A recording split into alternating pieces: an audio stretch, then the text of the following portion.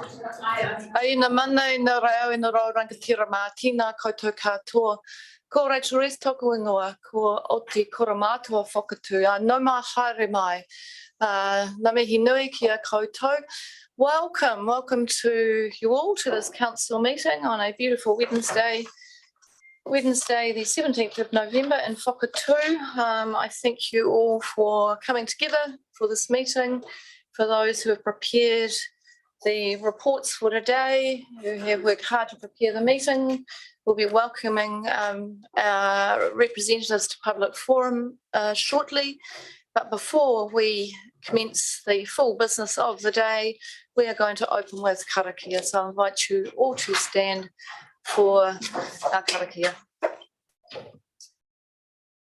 Ko rangi, ko papa, ko rongo, ko tāna uta, ko tangaroa, ko tuma tawainga, ko homia takititu, ko tāwhina mate, ko hona te rangi irunga, ko papa ki raro, kia puta te hira tangata, ki te whai ao, ki te ao marana, e rongo, whakairia ake ki runga, kia tina, hui e tai here. Kia ora. Kia ora. All right, let's have a look at my run sheet and I will work my way through the tasks. So again, we're doing live streaming today. Usual practice around microphones on and off. Councillor Brand is going to be joining us via Zoom today. All our external presenters are attending via Zoom because we're at alert level 2, and there is a lot of business to be conducted in 2 hour slots. So I am going to be very firm on timeframes for Public Forum. I'll allow about 1 minute of questioning because we're going to have to really move through the agenda today. We have Councillor Noonan has moving on to apologies. We have Councillor Noonan for lateness and the Deputy Mayor has tendered an apology today. So I will now accept those apologies, seconded by Councillor Bowater. I will put the motion. All those in favour? Aye. Against? Carried. Thank you very much. Confirmation of order of business is going to be the Public Forum, and so we'll start with Dr. McClintock. Actually, I'll just go back to interests. Any interests that we need to be aware of? I do need to add another one around the working group for Three Waters reform, but I'll do that outside of the meeting. But I'm just noting that now. I'll give you the proper name for it. Councillor Sampson. I've got an interest to note in that I have an interest in a biodiversity restoration project in the Marlborough Sounds with the Public Forum speaker, but saying it's not decision making. Thank you. No other interests? In that case, we will move on to the Public Forum lineup today. So just before we go to Dr. McClintock, who has circulated some papers, and you should have those in front of you. So we've got those. We have, after Dr. McClintock, we have Jenny Easton and Barbara Janner from the Climate Action Plan, and I think they're speaking on behalf of Zero Nelson Tasman, Zero Carbon Nelson Tasman. Apologies, Jenny. I just can't find that piece of paper. And then we have Joanna Santa Barbara, who's speaking, I think, on behalf of the Climate Forum. Yes. And then we have Miki Hervel, who is speaking for Aotearoa Collective for Public Transport Equity Free Fares campaign. Now, just if you're wondering why some of these matters are coming but they're not on the agenda, the standing orders allow for somebody to come to Council Public Forum, I hope I have this right, with any matter, and so I don't have an ability to move people around to the particular meetings where it might be more relevant. They get that advice, but if they want to come here, they come to this one. So that is where we're going to go with the order of business, and then it gets a little bit we're going to do the Mayor's report, which is just going to be very brief and verbal, maybe it might even be that I don't have one given the time frame. And then we're going to go to public excluded because we want to invite Emma Moran from DLA Piper to join us to provide legal advice for item 6, which is the Nelson Tasman Climate Forum. And then we'll deal with the item in confidential, which is the Code of Conduct Establishment Panel item, and then we'll come back into public, and then the rest of it is all public matters. It just means that we don't have to double back into public excluded. So hopefully that makes sense. And if you've got any questions as we go, don't hesitate to ask. All right, I think Madam Mayor, Councillor Skinner. just to say for later, the bit they're going into confidential, what's the reasons that's to be confidential? Because we are receiving legal advice is the reason. I'll just go and read it to And that legal advice is not something that would benefit. Yes, the it public as well? reads that what I've got for the resolutions, you know what it is confirms that the council confirms in accordance with sections 48.5 and 48.6 of the Local Government Official Information and Meetings Act 1987 that Emma Moran of DLA Piper remains after the public has been excluded to provide legal advice on item 6, Nelson Tasman Climate Forum, and that advice will be out to assist the meeting, so essentially for that purpose. And we don't take legal advice in public to protect our legal Okay, I was privilege. more alluding to doing an item on code of conduct, which is good, but I thought that might be with No, public. it's not legal advice around the code of conduct, it's legal advice. No, around but the we've got the code of conduct and the public excluded on the topic. And what's the reason in the report, councillor? We understand the other one of the DLA giving us some advice, obviously with the code of conduct Oh, thank you. And that you raised in just before. Elaine's just telling me the reason for that one is to protect the privacy of natural persons under section 7.2A of the aforementioned act. Sorry, I've got someone trying to change it. All right, in the interest of time, Thank I'm you. going to Thank you, no Grant. problem. In the interest of time, we will get on to public forum and we'll welcome Mr. McClintock, Dr. McClintock, apologies, to join our meeting.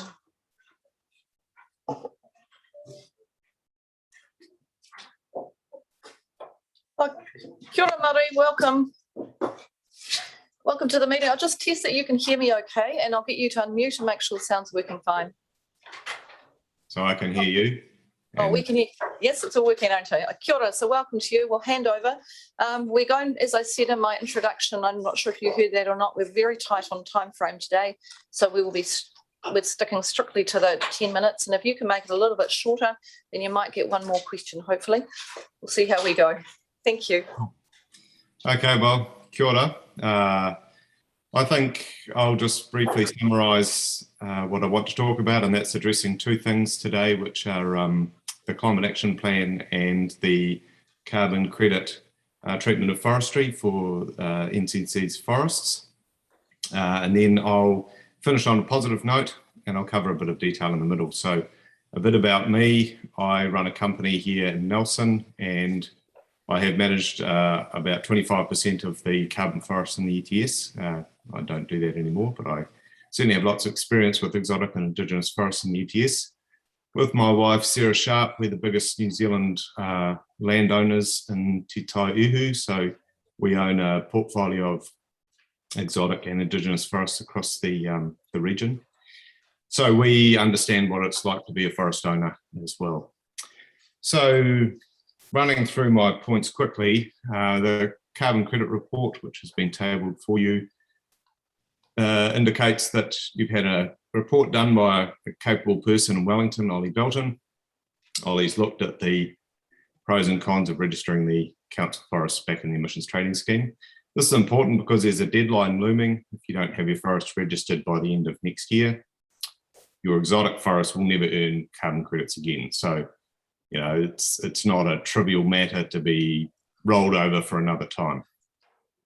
So why would you register in the ETS? Well, people often say to me, look, Murray, I planted that forest for timber and that's what we're going to do with it. And I say, no, you didn't. You planted that forest for money. And if you can make more money out of a new commodity, which is carbon, rather than timber, or run the two in tandem, that's surely better than having a one-trick pony, which is timber only. And the interesting thing about the council's forest is they're not an asset. They're not making any real money. You could make considerably more money by doing things differently. And I think the problem with the council's forests are that, they've been completely undervalued for all of the other good things they do for the city. So they control flooding, for example, in a very meaningful way. They provide recreational access for people. I mean, many Nelsonians, who ask them what the good thing about their forests are, they say, I love going mountain biking or walking in them. They don't think forest harvesting is part of that picture. So to put some numbers on it, you could register the forests in the ETS. It's a straightforward process. You can contract it out completely, so there's no demands on staff time. Somebody like Ollie Belkin would be a good choice, my recommendation, for example. PF Olsen could also do that work. They're capable in that space. And you just sign your forests up and you collect carbon credits from then on. So over the next 28-year rotation, for example, for a forest that's just been harvested, you can expect to earn about between $30,000 to $40,000 worth of carbon credits at current carbon prices. An Indigenous forest will earn about half that much. So an Indigenous forest, which has currently got zero commercial value to anyone, you could turn that into an asset that's spinning off $1,000 a year or $500 a year. That's quite conceivable. So, there's clearly a commercial imperative for doing it. Why wouldn't you do it? Well, one of the stated reasons in the report is that it's risky. There's no real risk to registering forests in the ETS. If you register it, there's no obligation to sell the carbon credits. You can just accrue them as a positive asset on your balance sheet. And you can choose when it comes to harvest time if you want to harvest and therefore give most of the carbon credits back, or whether you now in a position where if the carbon price has risen significantly or you've got a different set of priorities in 28 years' time, you could choose to use carbon to supplement your income instead. And, I think that, to be honest, when we give advice to forest owners, when we get to this part of the conversation, they say, what's the downside?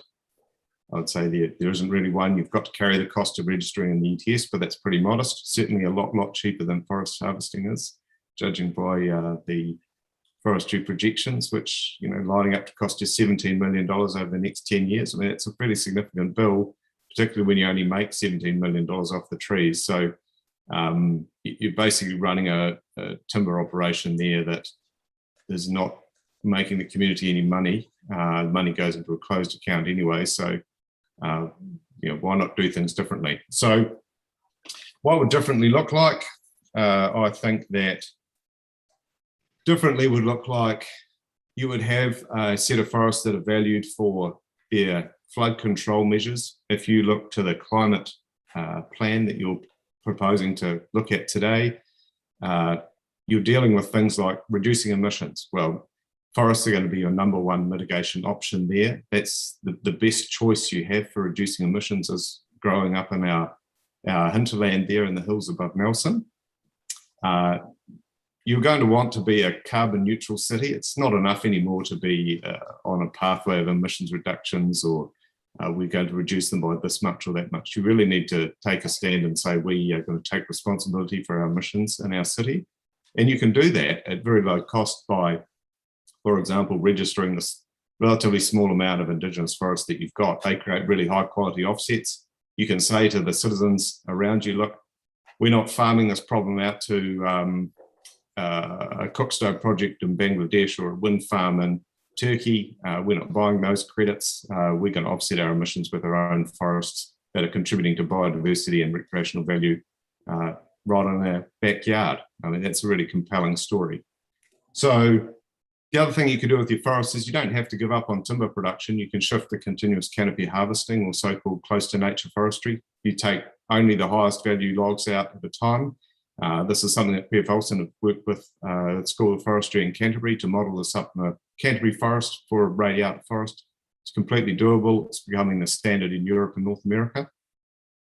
We're currently running a clearfell regime that wouldn't be out of place in Brazil or Siberia. This is the same way we've logged forests since, European settlers arrived in Nelson 170 years ago. It's probably time that we gave that system a reboot and looked at doing it smarter. And particularly considering the importance of forestry to the region from an economic point of view, the NCNC's got a good opportunity here to show some leadership and show how we can do things differently. So at the end of the day, I think you want to have a smart little city that's carbon neutral. It offsets its own emissions from its own forests. It is prioritising Indigenous forests and close to nature forestry. It's producing forestry products which are used to build wooden buildings in our own city instead of producing pulp or bulk commodity logs which are being shipped off to China or Korea. And most importantly, you're using your forest to protect our city from climate change by reducing flooding and sedimentation into our rivers, improving water quality, and providing some recreational and social benefits to the community. So that's it from me. I've summarised some of those talking points in my 2-pager that I've provided.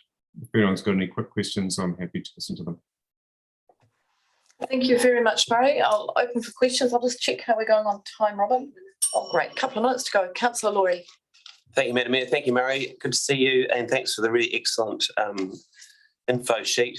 If we re-register, is there a possibility that council could actually receive a back payment of sorts?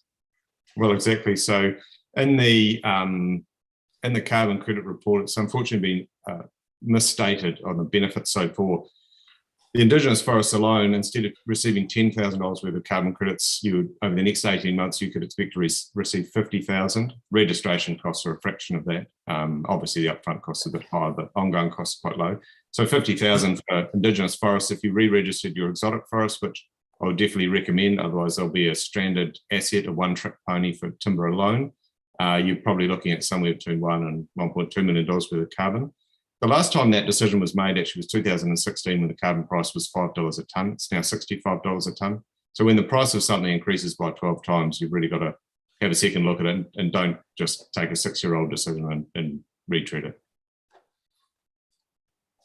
Thanks. Can I just clarify, when you said 50,000, is that 50,000 for the lot, 50,000 per hectare, 50? Well, you're only talking about a small number of hectares. I was interested in, Ollie found 27 hectares or something. I think that the more you look, the more you'll find. And you can plant new forests that would add to that, of course. It's just a starting point. There's 50,000 for the 27 hectares of Indigenous forest and say 1 million round figures for the 120 hectares of eligible exotic forest.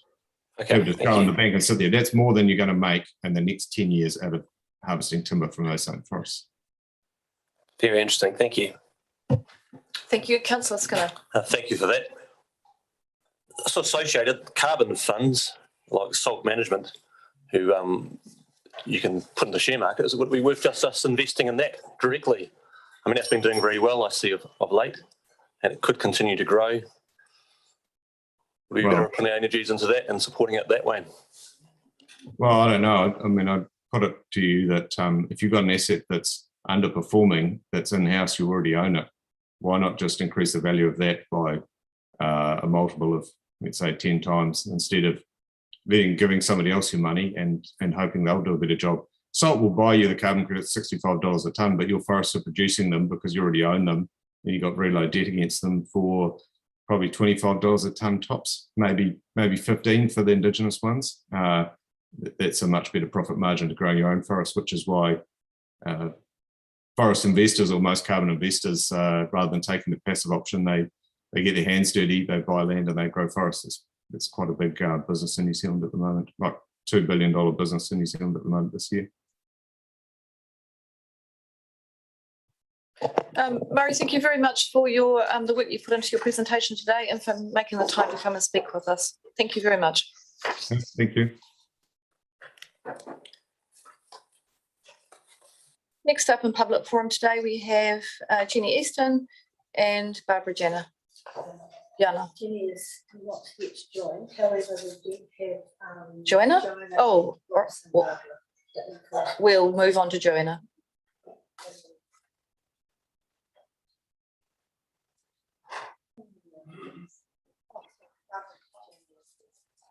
Oh, Barbara's here. Oh, here we go. Is Jenny there? Yes. Oh, here we go. Here we go. Morena, nice to see you. All right, I'll just check. I think we can hear you okay. Can you hear me? Yes, can you hear me? I find you're a bit quiet. Oh, okay, Jenny, I'll see what I can do. I'll get this microphone a little bit closer. How is that? Yes, that is better, thank you. All right. Well, welcome. Kia ora, welcome. Ready for you to present whenever you want to start. We've allocated 10 minutes today for your presentation, but if you were able to make it a little bit shorter, then it might allow a bit of time for questions, but up to you. Okay.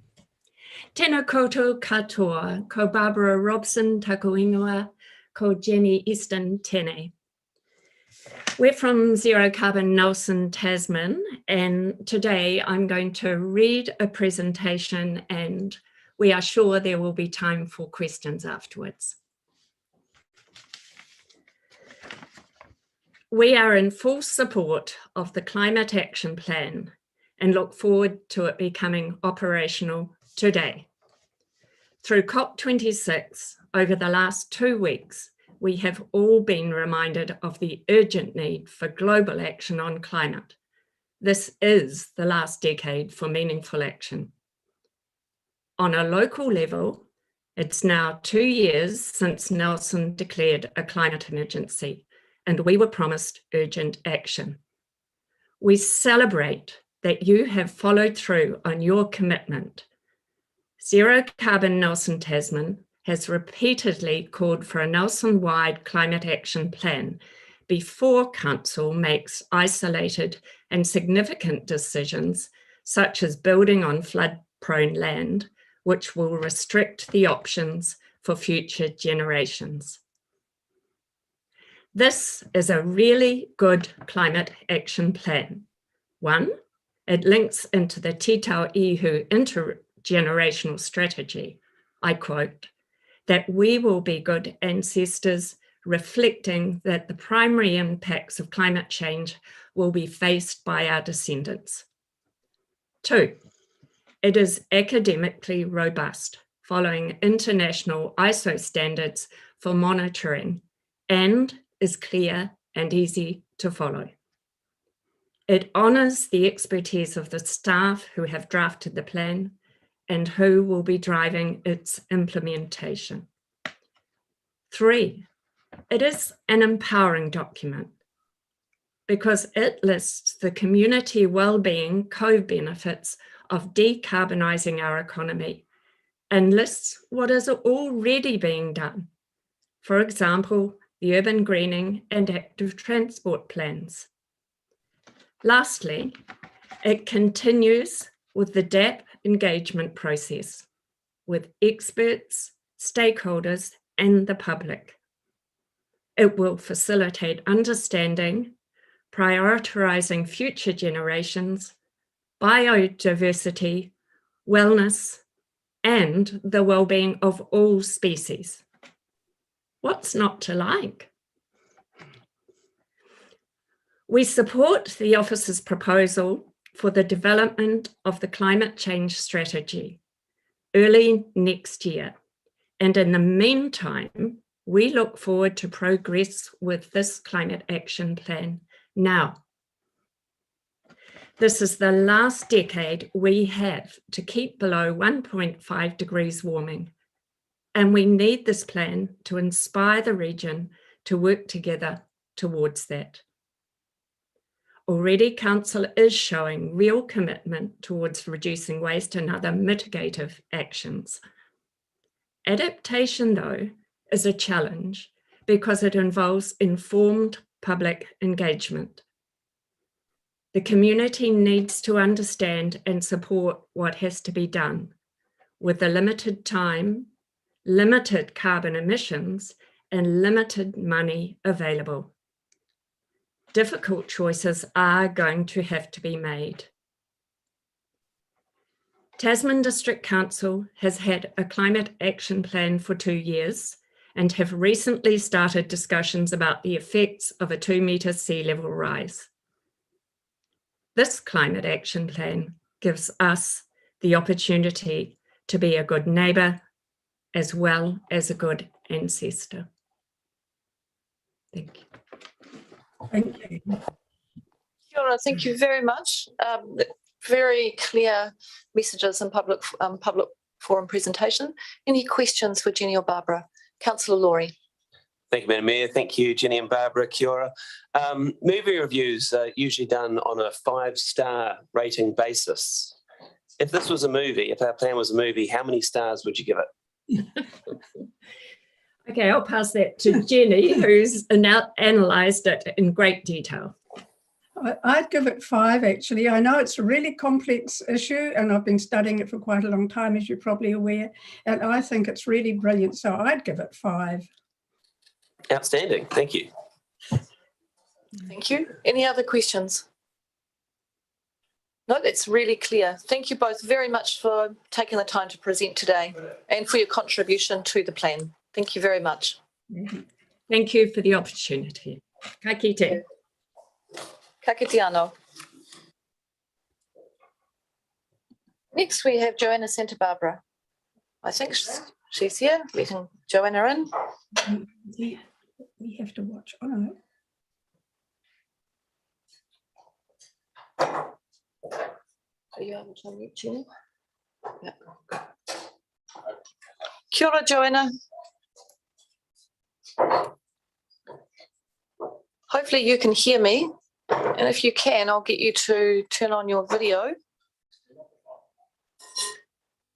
and unmute your device.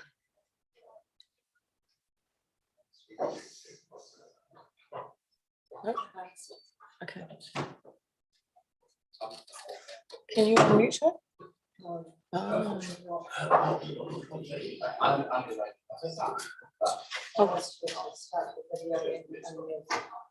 All right, we'll just may have to make contact with Joanna to see if we can get that connection working. In the meantime, do we have Micah available too? Okay, we'll bring Micah in and we'll come back to Joanna just because we're fairly pushed on time, so we'll keep going.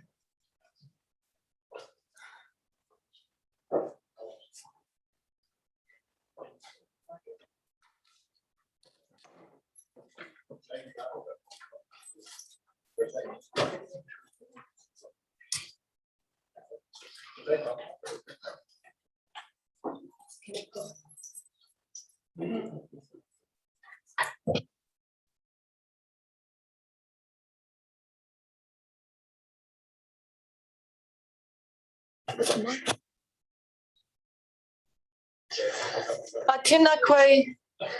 Welcome. Now I'm going to go. I'm saying Micah, but it might be Mika. So Mika. Mika. Kia ora, welcome to the meeting. We can hear you really well, so I'll hand over to you. And you're speaking on behalf of an organisation, so we've allowed 10 minutes for your presentation. But if you can make that a little bit shorter, that'll allow extra time for questions. Kia ora. Yeah, kia ora everyone. Thank you for the opportunity to speak today. I'm Mika. I'm speaking on behalf of the Aotearoa Collective for Public Transport Equity. We're a growing coalition of organisations united under the Free Fares campaign. So some of those include, just to give you a brief overview, student unions, city and district councils, climate groups like Gen Zero and Greenpeace, workers' unions like PSA and First Union, and other organisations that address poverty like Christchurch and Wellington City Mission, as well as many more, which you can find listed at freefares.nz, and some of our very own Nelsonian organisations like Zero Carbon Nelson Tasman, the Beneficiaries and Unwaged Workers Trust, Movement, Bicycle Nelson Bays and Nelsust. So what we're calling on is for the Minister of Transport, Michael Wood, to implement free public transport nationwide for community service card holders, full and part-time tertiary students, and under 25s. We want to see this fully funded by central government in 2022, with free fares beginning in 2023. We're making our ask by submitting on the government's emission reduction plan consultation, which is open until the 24th of November, and then directly to the Minister of Transport in 2022. We would love your support on this campaign. We will list supporting councils and individual councillors on our website and in media releases, and simply adding your name or the council's name is a huge help to the campaign. And from there, you're welcome to become more involved if you wish. We see free fares as critical in addressing transport poverty. By making fares free for people on low or no incomes, like students or community service card holders, we give them the opportunity to access transport when they need it and participate in all the great things the region has to offer. Having free fares for these people also serves to address isolation and loneliness, and now instead allowing people who might otherwise not connect to their local community the opportunity to do so. An NZTA report from 2013 held that $3.5 billion a year of economic benefit was saved by people being able to access public transport and travel to and from local businesses and services. Imagine how much bigger this figure could be if we made public transport even more accessible. Other places, like the city of Tallinn in Estonia, have had free public transport for a while and have found an increase in use, particularly in those low-income communities. Being part of this collective and this campaign, I've had the privilege of meeting some amazing people and hearing their stories. Many beneficiaries and low-income workers struggle to access public transport regularly and have to save money just to use the bus or train to visit family and connect to their communities. Some students only come to campus once or twice a week because their finances are so stretched. And others, in some cases, use private transport because it ends up cheaper than paying for the bus there and back every day for the whole year. People's lives could be radically improved by free public transport, and it's key we do this for the people who really need it most. Another key reason for our ask is to reduce emissions. So we know that road transport is New Zealand's biggest source of carbon emissions, and was New Zealand's biggest sort of carbon emissions in 2018, and that has been on a gradual upwards trend since 2009. We also know from Stats NZ that just over 90% of household carbon emissions come from transport, and that households in the Nelson Tasman region are the biggest emitters per capita in the country. A study from April last year shows that making fares free is one of the most effective ways to encourage a modal shift away from personal vehicles and towards reducing emissions. Climate change is a huge issue, and our government has declared a climate emergency. We're calling on them to keep to their commitment of reducing emissions by making public transport free for our target groups, and would like to invite you to join us in that. Many of our members would like to see free fares for everyone, and we've chosen to start by asking for free fares for these groups because we feel that a just transition means prioritizing those who would suffer most from rapid changes in the environment and the economy. We choose community service card holders and tertiary students because these are groups which often rely on public transport but struggle the most to access it. We chose under 25s because for those under 18, this will help them get to and from school and instill hopefully a lifelong habit of public transport use as the norm, which is part of that whole modal shift that we're aiming for. So in Nelson, I've been part of many of the school strikes for climates in the previous years, and was quite pleased to see Nelson City Council declare a climate emergency. But without further actions to back this up, that declaration rings hollow and empty. Nelson needs bold action and leadership from council to combat climate change, and it needs that now. I must say, I'm pleased to see some of that on the agenda today. All we as a collective are asking is that Nelson City Council join us in calling central government to act on our ask by passing a motion of support before the 24th of November, which is the deadline for the emissions reduction plan submission. This could have amazing outcomes for Nelsonians.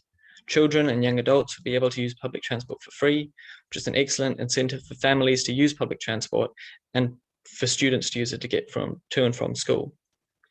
We also acknowledge that the frequency and good routes are important issues, and our ask coincides with the changes that Nelson City Council recently agreed to make to its own public transport system. Free public transport for under 25 students and community service card holders is a key step towards reducing emissions and addressing transport poverty and aiming for free transport for everyone. We would love your support for this endeavour. Thank you very much for listening. Thank you, Mika. Mika, just a very simple question to throw. You want us to write to the Minister of Transport? Is that correct? Is that what you'd like us to write? That would be awesome. That's more than what we're asking for. We're asking for you guys to join us in our submission, and we'll do the writing, and you'll be joining a whole bunch of other organisations and other councils and groups who have supported this ask. But if Thanks, you Mika. are writing a submission, that will be excellent. All right, so I prefer my personal view and on behalf of councillors that we write our words to ministers because that's the relationship that we have with the Crown. So that might be something that is possible to be done. So we'll take some questions first. Now I had a list: Councillor Sanson, Councillor Noonan, and then Councillor Laurie, then Councillor McGurk. Kia ora, Mika, Rachel Sanson here. Fantastic presentation. Thanks so much. Really appreciate you taking the time to speak to us. I was wondering whether you have got many kind of high school groups or schools involved. I'm just really aware for high school students and their families in Nelson anyway, it costs $25 a week for one high school student to get to and from on the bus. 2 kids is $50, 3 is $75 a week. And so you can really see why families might choose to drive their kids to and from school rather than take the bus. So I was just wondering whether there's any, secondary teacher or school, secondary groups involved in the campaign. Yep. Yeah, great question. So I think off the top of my head that Parents for Climate Action are involved and are behind us, but I don't think there are any groups of high school students aside from some potentially youth wings if students are involved with that, but a lot of high school students don't have unions and interest groups in the same way that universities and tertiary student institutions do. So I've reached out to some, but there's definitely more work to be done in that space.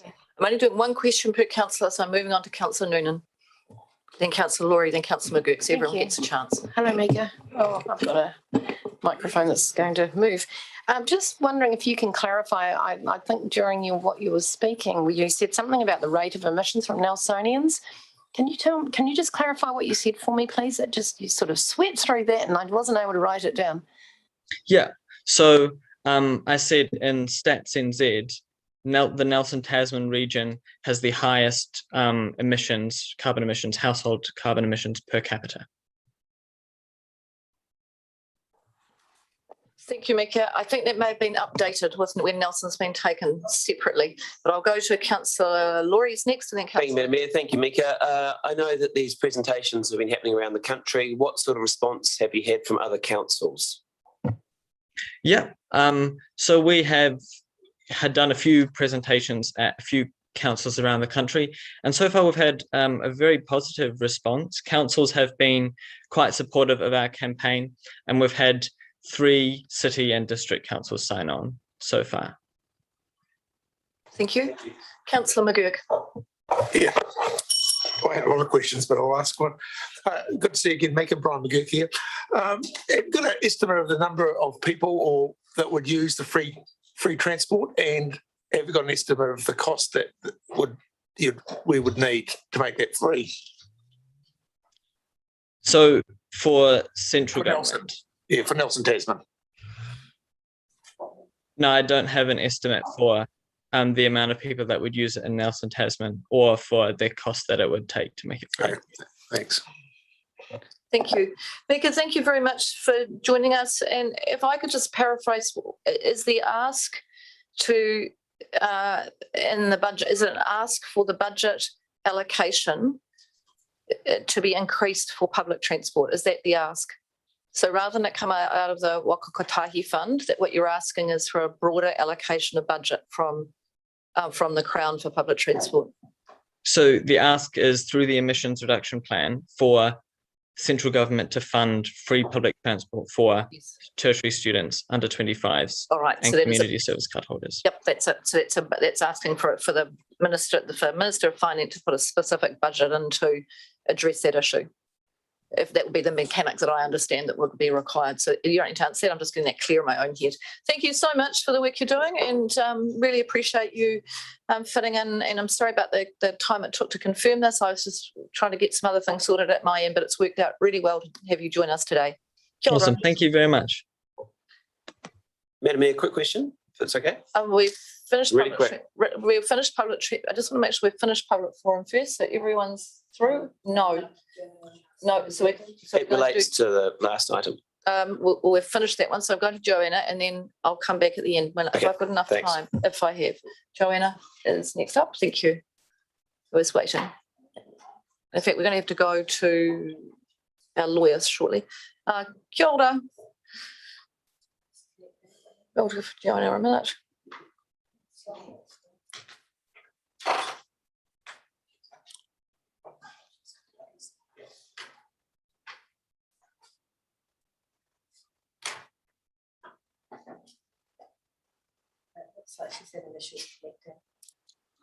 Oh, here we go.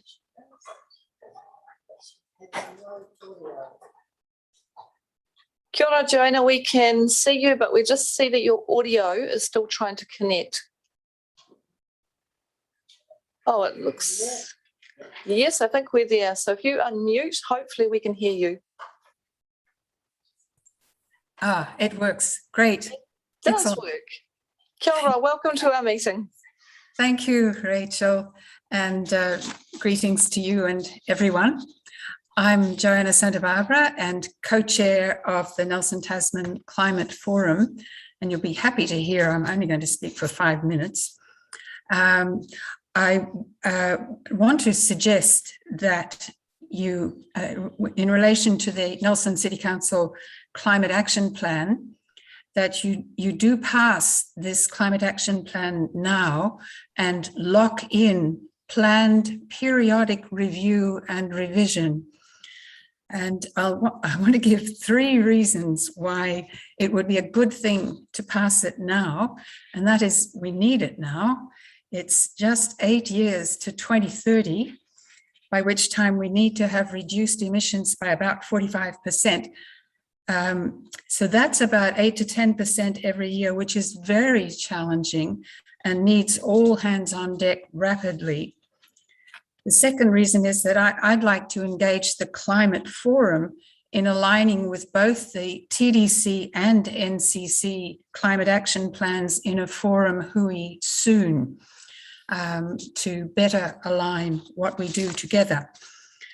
And thirdly, this climate action plan has a very good compendium of actions, and that's what matters to us. We're focused on actions, and we'd like to work with them now.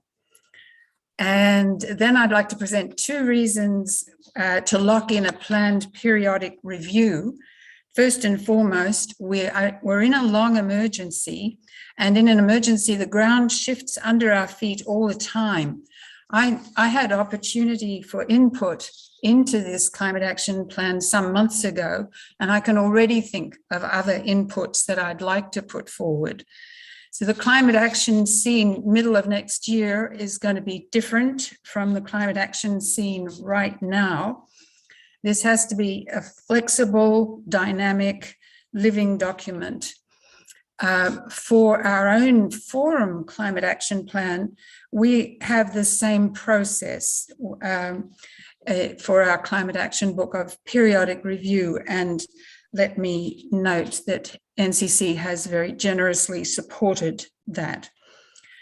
The second reason to lock in a planned periodic review is that we know that changes to format and content of the document will be needed, just as they will with our own action plan, as we work with councils, consult with local iwi, and align their climate action plans with our own. And we see this as ongoing as we work to find our way through this major transition.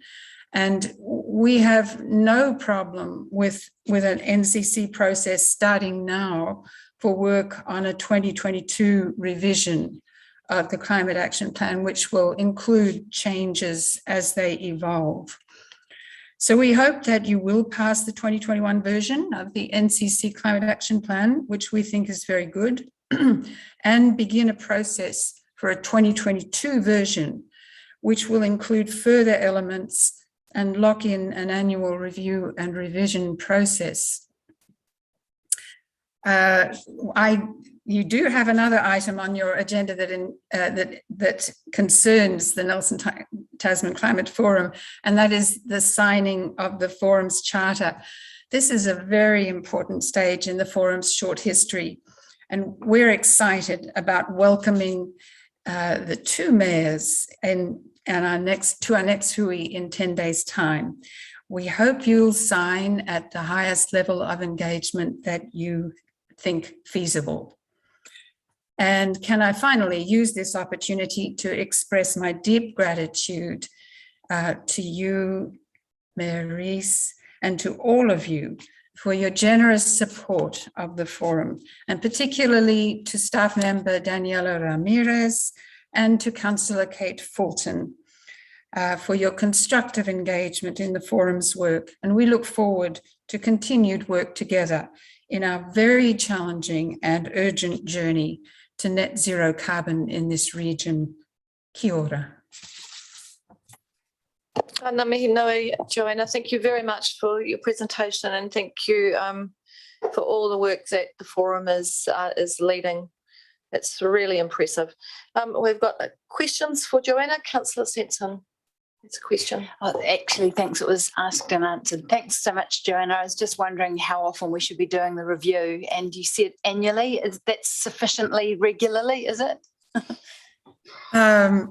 I would imagine so. I wouldn't presume to say how often. I would think annually would be excellent. Okay, Thanks, Joanna. Wonderful presentation. Councillor McGurk. Just a quick question to Joanna. She said that inviting us to sign at the highest engagement level that we think possible. Do you have a view of where that should be?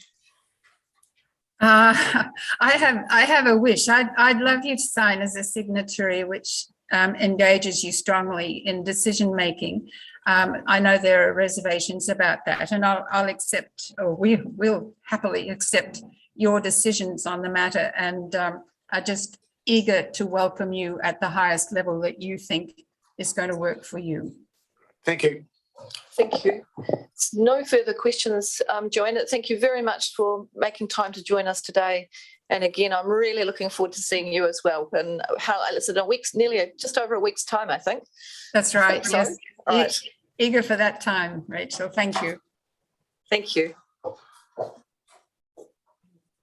Now that concludes public forum. I've got Emma Moran waiting at the moment. So I will just keep on going, Councillor Laurie, because I'm conscious that we've got quite a bit to do. So we're going to now go into public excluded, and we have a resolution to allow Emma Moran to remain. I read that out earlier on, and we'll be dealing with the public excluded matter as well as receiving legal advice. Moved by Councillor Courtney. Do I have a seconder? Thank you, Councillor Noonan. I'll put the motion. All those in favour? Aye. Against? Carried. So 1 minute to organise live streaming. Will just be a moment, Emma. We're just taking ourselves off live streaming, and Robin will let us know